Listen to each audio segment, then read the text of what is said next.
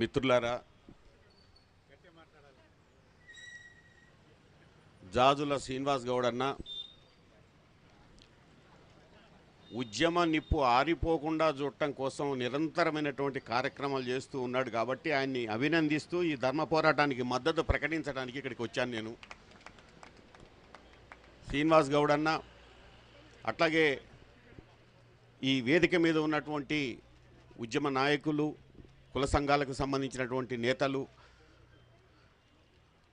BC ఉద్యమానికి సంబంధించి మాకు ఈ ఇందిరా పార్క్ వస్తే, ఈ ధర్నా చౌక్ వస్తే మాకు అన్నీ గుర్తొస్తుంటాయి. ఈ ధర్నా చౌక్ను చూస్తే ఈ కెమెరా కళ్ళకు కూడా ధర్నా చౌక్ ఏం జరిగిందన్న విషయాన్ని మొత్తం ఎప్పటికప్పుడు దాచిపెట్టుకుంటూ చూస్తే ఈ కెమెరా కళ్ళు కూడా చూస్తూ ఉంటాయి. 42% రిజర్వేషన్లను గత సంవత్సర కాలంగా నిరంతరంగా బీసీ సంఘాలు గొంతెత్తి గర్జించడంతో అసెంబ్లీ సమావేశాల్లో తీర్మానాలు చేయడం దగ్గర నుంచి రాష్ట్ర బంద్ వరకు కార్యక్రమాలు నిరంతరంగా కొనసాగుతూ వచ్చినాయి. ఇప్పుడు ఆ 42% రిజర్వేషన్లకు సంబంధించి టెక్నికల్గా కామారెడ్డి డిక్లరేషన్ ఇచ్చారు. కాబట్టి ఆ 42% రిజర్వేషన్లని బీసీలంగా అడుగుతున్నాం. కానీ మాది 42% రిజర్వేషన్లు కానే కాదు, అంతకంటే ఎక్కువ. కానీ 42% మాత్రమే అడుగుతున్నాం. ఎందుకంటే మీరు చెప్పినటువంటి మాటను మీరు చెయ్యండి అని చెప్పడం కోసం మాత్రమే. రెండవది ఏంటంటే, నేను ఎందుకు ఈ కెమెరా కళ్ళన్నానంటే, ఇదే ఇందిరా పార్కు ధర్నా చౌక్లో 42 రోజులు సకల జనులు చేసిన ఒక చారిత్రాత్మకమైనటువంటి సమ్మె జరిగినటువంటి సందర్భం ఉంది. ఆ చారిత్రాత్మకమైన సమ్మె నుంచి ఇప్పుడు మళ్ళీ 42% డిమాండ్ను అడుగుతున్నటువంటి సందర్భం. ఆనాడు సకల జనులు కదిలి వచ్చారు. ఇప్పుడు కూడా సకల జనులు కలిసి రావాలని చెప్పేసి ఈ ధర్మ పోరాట దీక్ష చేస్తున్నారని చెప్పేసి నేను అనుకుంటున్నాను. ఈ ధర్మ పోరాట దీక్ష ధర్మయుద్ధంగా మారేంత వరకు కూడా ముందుకు సాగాలి. ఆ సాగే నేపథ్యం కోసం మాత్రమే ఈ నిప్పు రాజేస్తున్నటువంటి సందర్భం. 6 అంశాలను పెట్టారు. 6 రోజుల కార్యక్రమంగా చేస్తున్నారు.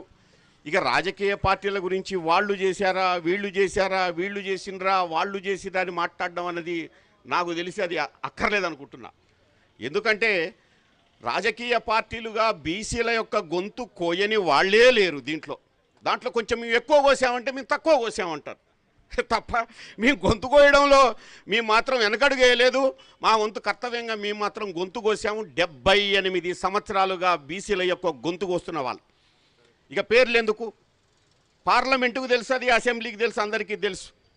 కాబట్టి ఇప్పుడు మనకున్న శక్తి మొత్తాన్ని కూడా ఆ పార్టీ తరఫున మనము, ఈ పార్టీ తరఫున మనముగా చీలిపోయి మాట్లాడుకోవటం కాకుండా బీసీలందరినీ సమీకృతం చేసే ఆ చిన్న చేతులతోటి చాలా పెద్ద సమూహాన్ని చేస్తున్న కార్యక్రమం. కాబట్టి మీరందరూ కూడా ఆశీర్వదించాలా. అందరూ కలిసి రావడం కోసం మనం ఏం చేస్తాం. నన్ను పిలిచారు, మంచిగా ఇస్త్రీ చొక్కా వేసుకున్నా, కారు లేకపోతే అదే కారులో వచ్చినా మళ్ళీ పోతా. ఒక్కడిని కూడా తీసుకురాను, తీసుకురాను. ఇక్కడ వేదిక మీద కూర్చున్న వాళ్ళందరూ ఒక్కొక్కరు 10 మందిని తీసుకొస్తే ఎంతమంది అవుతారు? ఇక్కడ 500, 600, 1000 మంది తయారవుతారు. కానీ మనందరం కూడా ఇంకా కొంత కదిలించాలా, సమూహాలను తీసుకురావాలా.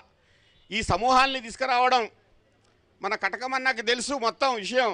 చివరికి ఎక్కడి దాకంటే నరసింహన్న, ఇళ్ళు కూడా కదిలి రావాలా, కుటుంబాలు కూడా కదిలి రావాలా, వంట వార్పు కార్యక్రమాలుగా మారాలా. అది జరిగిన సందర్భం మాత్రమే ఉద్యమానికి కావాల్సిన ఉత్తేజం వస్తుంది. కాబట్టి మనమంతా ఏం చేస్తున్నామంటే, ఈ గొంతులతోటి గర్జిస్తూ మనం మాట్లాడేది ఏంటంటే, యువత రావాలా, అందరినీ కలుపుకు రావాలా. ఈ పాత్రను కూడా ఒక జేఏసీగా ఒక చారిత్రకమైనటువంటి పాత్రను పోషించే సందర్భం కూడా ఇప్పుడు ఉంది. కారణం ఏంటంటే అందరిలో ఉంది, అందరూ కావాలంటున్నారు, ప్రతి ఒక్కరి మనసులో ఉంది. దీని మనసులో ఉన్నటువంటి మాటను మెడలో గంటగట్టే వాళ్ళెవరు, గంటగట్టి నడిపించే వాళ్ళెవరు, గర్జనలు చేసేవాళ్ళు, గలగర్జనలు చేసేవాళ్ళు ఎవరన్నదే ఈరోజు బీసీ సమాజం అంతా కూడా చూస్తుంది. ఇది ఆక్రోశం. జూబ్లీ హిల్స్ ఎన్నికలంతా ఉత్కంఠగా బీసీ రిజర్వేషన్ల కోసం రాజకీయ పార్టీలు ఎందుకు రావు? అది అడగండి, మీరు అడగండి. ఒక పార్టీనో ఇంకో పార్టీని అనటం కాదు. జూబ్లీ హిల్స్ ఎలక్షన్స్లో ఉన్న ఉత్కంఠ రాజకీయ పార్టీలు నిజంగా బీసీల కోసం చేస్తారా? ఈ 42% కోసం చేస్తారా? ఈ 10 రోజులు జూబ్లీస్ ఎలక్షన్స్లో పెట్టినటువంటి ఖర్చును బీసీ ఉద్యమానికి పెడతారా? బీసీ ఉద్యమం వెంట నడుస్తారా? ఇది ఈరోజు మన ముందున్నటువంటి ప్రశ్న. కాబట్టి మనం రాజకీయ పార్టీల వాళ్ళని ఆరిపోసుకోవాల్సిన అవసరంలే. రాజకీయ పార్టీలే మన వెనక రావాల్సినటువంటి సందర్భం ఈరోజు ఉద్యమం తేవాల్సిన అవసరం ఉంది. ఆ ఉద్యమ నేపథ్యంలో ఈ ధర్మ పోరాటం ధర్మయుద్ధంగా మార్చే సందర్భం, ఆ ధర్మయుద్ధంగా మారే సందర్భంలో జాజుల శ్రీనివాస్ గౌడ్ అన్న కామారెడ్డి డిక్లరేషన్లో పెట్టిన ప్రతి అంశాన్ని కూడా స్పష్టంగా అమలు జరిపేటువంటి బాధ్యత కూడా మనం తీసుకోవాలి. కామారెడ్డి బీసీ డిక్లరేషన్లో చెప్పినటువంటి అంశాలు 42% ఒకటే కాదు, బీసీ సమూహాలందరికీ సంబంధించినటువంటి అనేక విషయాలు దాంట్లో ఉన్నాయి. 42% కాంట్రాక్టర్లో ఇస్తా అన్నారు, ఎక్కడిచ్చారు? బీసీ యొక్క సప్లాన్ నాకు తెలిసి నేను ఒక జర్నలిస్టుగా ఉన్న దగ్గర నుంచి జాజుల శ్రీనివాస్ గౌడ్ అన్న వార్తలు రాస్తున్నా. బీసీ సప్లాన్ రావాలా, సప్లాన్ రావాలా, సప్లాన్ రావాలా అన్నారు. ఏమైంది? బీసీ సప్లాన్ లేదు. బీసీ మహిళలకు ఎన్ని పరిశ్రమలు పెట్టారు? బీసీ యువకులకు ఎన్ని పరిశ్రమలు పెట్టారు? బీసీ యువతకు చేసింది ఏమిటి? అది లేదు. తెలంగాణ సమాజంలో కొద్దో గొప్ప నిజంగా ఇంత బీసీ అంత సౌమ్యులు ప్రపంచంలో ఎక్కడ దొరకరనుకుంటా, ఏ దేశంలో దొరకరనుకుంటా. మా జనాభా 56% దాటినా కూడా 42% అయ్యా అయ్యా అయ్యా అయ్యా అయ్యా అయ్యా ఈ అయ్యా అన్నమాట ఒక ఆయుధంగా మారే సందర్భం కోసం మాత్రమే ఈరోజు బీసీ సమాజం ఎదురు చూస్తుంది. దానికోసం మనం అంతా కదలాల. ఇట్లే ఉంటారు. 42 రోజుల ఉద్యమం ఉధృతం కావడానికి కూడా ఇట్లే చిన్న చిన్న సమావేశాలు, తక్కువ సంఖ్యతో ఉన్న సమావేశాలు, వీళ్ళందరూ కూడి కూడి కూడి కూడి ఉన్నారు. వీళ్ళందరం కలవాలా, వీళ్ళందరూ కలిసి నడవాలా. ఈ కలిసి నడిచే మార్గానికి సంబంధించినటువంటి ఒక దేదీప్యమానమైనటువంటి ఒక జ్యోతిని వెలిగించాల. అది ఉద్యమ జ్యోతి. మనం ఒకటే మాట, రాజ్యాంగ సవరణ జరగనిది బీసీలకు రిజర్వేషన్లు రావు. క్యాబినెట్ సమావేశం 15వ తేదీ నాడు జరగబోతుంది. ఆ క్యాబినెట్ సమావేశంలో 42% మా 9 జీవోని మేము వదులుకుంటామంటే మాత్రం బీసీలు మాత్రం ఒప్పుకోరు. మాకు స్పష్టంగా 42%ని చట్టపరంగా చేసి మాత్రమే రిజర్వేషన్లను అందించాలన్నటువంటి విషయాన్ని కూడా స్పష్టంగా చెప్పాలి. ఈ మాట చెప్పకుండా మా పార్టీ తరఫున 42% ఇస్తా అంటే మాత్రం అది ఒప్పుకునే ప్రశ్న లేదు సీనన్న. దానికి మనం చేయాల్సినటువంటి శంకరావం ఏంటంటే 42%కి సంబంధించి చట్టబద్ధంగా మాకు ఇవ్వాల్సినటువంటి దాన్ని ఇవ్వాలి అన్నటువంటి కోణంలో చేయాలి. అది చేయని సందర్భంలో తప్పకుండా మన పోరాటాన్ని ముందుకు తీసుకుపోవాలా, వేగంగా తీసుకుపోవాలా. దానికోసం ఈ ధర్మ పోరాటాన్ని మరింత కాలం కొనసాగించే విధంగా సీనాన మంచి ఊపు.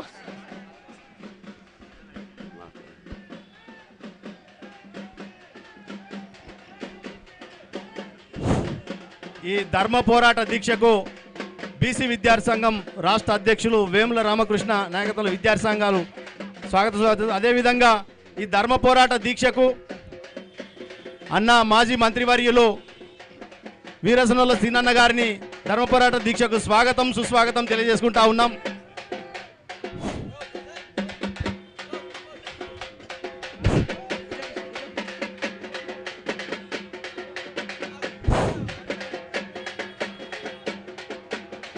అదేవిధంగా వేలాది మంది విద్యార్థులతోన ఈ ధర్మ పోరాట దీక్షకు కదిలొచ్చినటువంటి విద్యార్థి సంఘం రాష్ట్ర అధ్యక్షులు వేముల రామకృష్ణ కూడా స్వాగతం సుస్వాగతం తెలియజేసుకుంటా ఉన్నాం. అన్న కంటిన్యూ చేయండి. అదేవిధంగా మహాజన సేన రాష్ట్ర అధ్యక్షులు అన్న తీగల ప్రదీప్ అన్న గారిని కూడా వేదిక మీకు స్వాగతంగా ఆహ్వానిస్తా ఉన్నాం.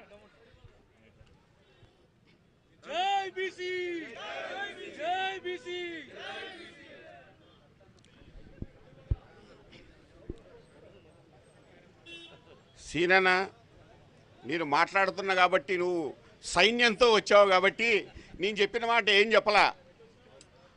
ఆ 42 రోజుల ఉద్యమంలో ఈ కమిషనరు ఉద్యోగం వదిలిపెట్టి ధూమ్ధామ్ చేశారు కదా. ఓ మాజీ మంత్రి మళ్ళీ నువ్వు ఇప్పుడు ధూమ్ధామ్ చేయమని మాత్రమే మేము చెప్పాం. ఆ 42 రోజుల సమ్మె ఎట్లా చేశావో ఈ 42% చట్ట రూపం వచ్చేంత వరకు కూడా దీక్ష మొక్కవోని దీక్షను కొనసాగించాలన్నటువంటి విషయాన్ని ఈరోజు చెప్పాం. కాబట్టి రాజకీయ పార్టీలు తమ అస్తిత్వం కోసం వస్తున్నాయా, బీసీల అస్తిత్వం కోసం వస్తున్నాయన్న విషయాన్ని బీసీలు స్పష్టంగా గమనిస్తూనే ఉన్నారు. బీసీలందరికీ స్పష్టమైన ఒక ఆలోచన ఉంది. ఈ ఆలోచనతోటి ఒక సుదీర్ఘమైనటువంటి పోరాటం ఈ తెలంగాణ గడ్డ మీద జరగవలసిన అవసరం ఉంది.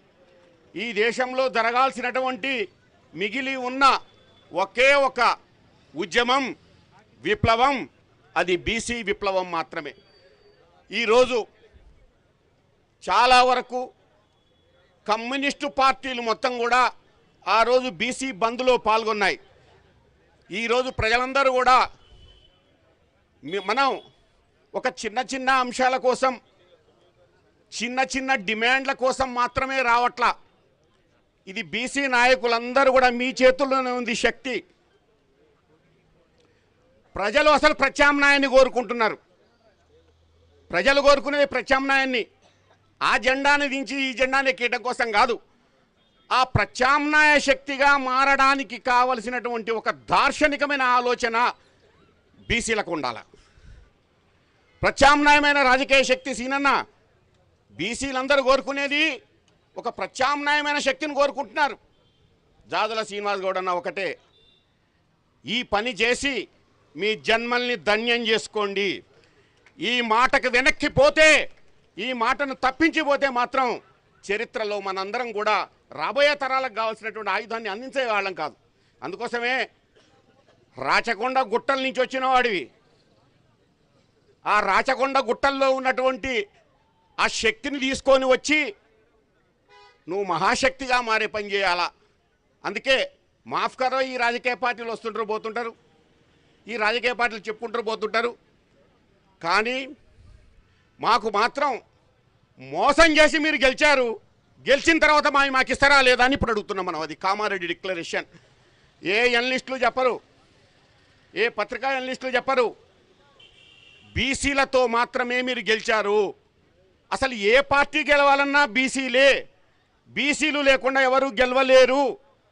మరి ఆ బీసీ శక్తిని ఈరోజు బుజ్జగిద్దామని 42% చట్టసభలో చేయకుండా ఎన్నికలకు పోదామని ప్రయత్నం చేస్తే మాత్రం సీనన్న అప్పుడు మీ ఉద్యమాన్ని చూపించాలా, అప్పుడు మీ తడాకా చూపించాలా, అప్పుడు మీ యొక్క శక్తిని చూపించాలా. ఆ శక్తి కోసం మీ ధర్మ పోరాటం ధర్మ యుద్ధంగా మారాలని కోరుతూ జై బీసీ. ఆరంభం అంతం కాదు, ఇది ఆరంభం కావాల్సిందే. ఈ పోరాటానికి